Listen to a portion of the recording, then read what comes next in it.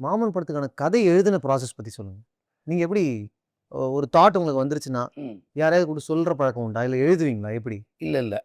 நான் ஒரு விஷயம் வந்துருச்சுன்னா, ஃபர்ஸ்ட்டு அது மைண்ட்ல ஓடிக்கிட்டே இருப்பேன். அப்புறம் டக்குன்னு பேச ஆரம்பிச்சு ரெக்கார்ட் பண்ணிருவேன். Voice NOTA? ஆமா. அவன் வந்து ஆர்டிஸ்ட்டுக்கு நான் பாட்டுக்கு வாய்ஸ் நோட் போட்டு விட்டு, நான் கொஞ்சம் கொஞ்சம் ரெடி பண்ணி வச்சுக்குவேங்க. எனக்கு ஒரு விஷயம் ஒரு கதை ரெடி பண்ணதிலேயே ஆரம்பம் வந்துரும், மிட்டு வந்துரும், இன்ட்ரோ பிளாக் ஃபர்ஸ்ட் ரெடி ஆயிடும் ஆட்டோமேட்டிக்காவே. அதுக்கப்புறம் செகண்ட் ஹாஃப்ல ஒரு மிட்டு, ஒரு கிளைமேக்ஸ். இப்படி ஃபர்ஸ்ட்டு ஈஸியா இது இத புடிச்சிருவேன். ஸ்ட்ரக்சர புடிச்சிரும். இந்த லைன புடிச்சிருவேன். இப்படி ஆரம்பிச்சா போனா இப்படி ஒரு இடத்துல இன்டர் பிளாக். 1 நிமிஷம் கதை ஒரு 2 நிமிஷம் ஒரு கதைய வச்சாக்குள்ள, அந்த கதை ஆரம்பிச்ச உடனே இன்டர் பிளாக் மைண்ட்ல வந்துரும் எனக்கு. ரைட். கிளைமேக்ஸ் இப்படி போனா நல்லாயிருக்கும். இப்படி வந்து அந்த மாதிரி ஒரு கதை யோசிக்கிறப்போ ஒரு 4 சீனு, ஒரு 10 சீனு இப்படி ஒண்ணு இப்படி ஆரம்பிச்சு இப்படி போய் இப்படி ஒரு ட்விஸ்ட் வச்சா எப்படி இருக்கு இன்டர் பிளாக்ல. அங்கேருந்து ஆரம்பிச்சு அது அங்கேருந்து இன்னொரு ட்விஸ்ட் ஒரு மிட் பாயிண்ட்ல.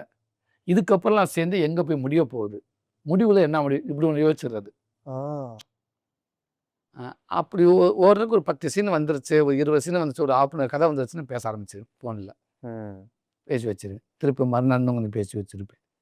திருப்பி எனக்கு அப்பப்போ தோன்றப்போ நான் பேசி வச்சிருவேன். எனக்கு ஒரு கதை இன்ட்ரெஸ்ட் ஆயிருச்சுன்னா, நான் யோசிக்க ஆரம்பிச்சிருந்தா, எனக்கு தூக்கம் வராது.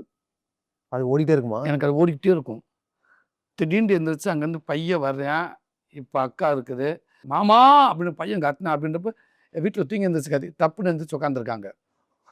நான் எந்திரிச்சு என்ன பண்ணுவேன், அந்த ரெக்கார்ட் பண்ணுவேன் திடீர்னு. அது எனக்கு எப்போ தோணுதோ டக்குன்னு எந்திரிச்சு ரெக்கார்டில் போட்டு இது பண்ணுவேன்.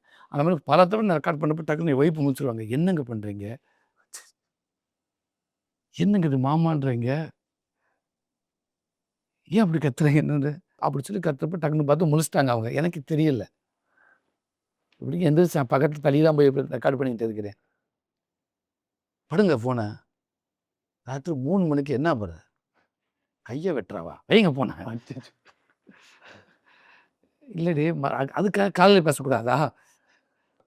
சில நேரங்கள்ல எனக்கு கொஞ்சம் ரெடி பண்ணிருவேன். பண்ணிட்டு அதுக்கப்புறம் பேசணும் பார்த்தீங்களா? கதைய யோசிச்சுட்டு எழுதுறத விட பேச தான் வரும். சொல்ல கதை டெவலப் ஆகும்.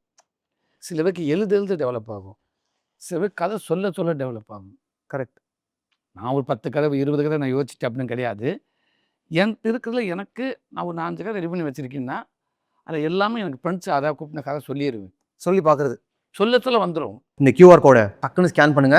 ஜில்லுன்னு ஒரு சர்ப்ரைஸ் கிஃப்ட் உங்களுக்காகவே காத்திருக்கு. Tea Talkies, a cinematic cafe with 16+ successful outlets. For business and franchise inquiries, contact 9566099959.